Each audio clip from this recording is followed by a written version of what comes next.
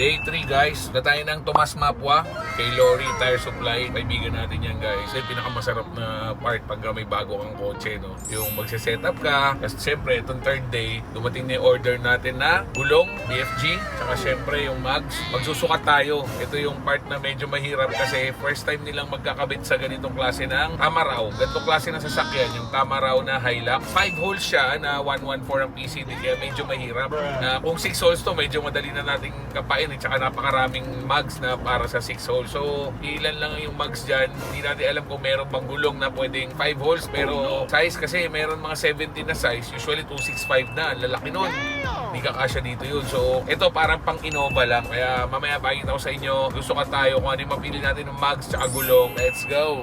A few moments later. So, sa mga hindi nakakaalam guys, itong Bloomington dito sa may Tomas Mapua, dito yung parang pinakabilihan. Dito yung mga pinakabilihan ng mga mags, gulong, puro tire supply dito, magkakadikit sila. Kumbaga sa motor, sa 10th Avenue, dito pag mags, gulong, dito yan sa Tomas Mapua.